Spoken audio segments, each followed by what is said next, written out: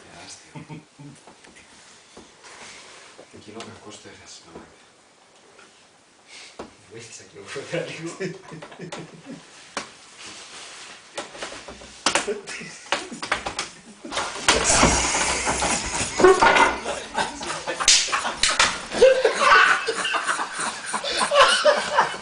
Μαλάκες δηλαδή.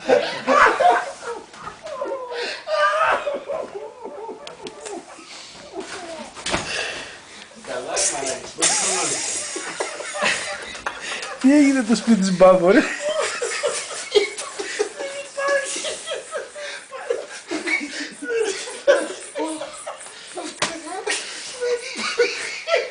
Εσύ, να το θυμάστε αυτό. Εννοείται, ρε μαλάκα.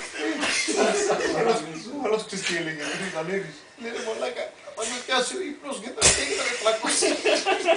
Και τουλάχιστον να μην κοιμηθώ.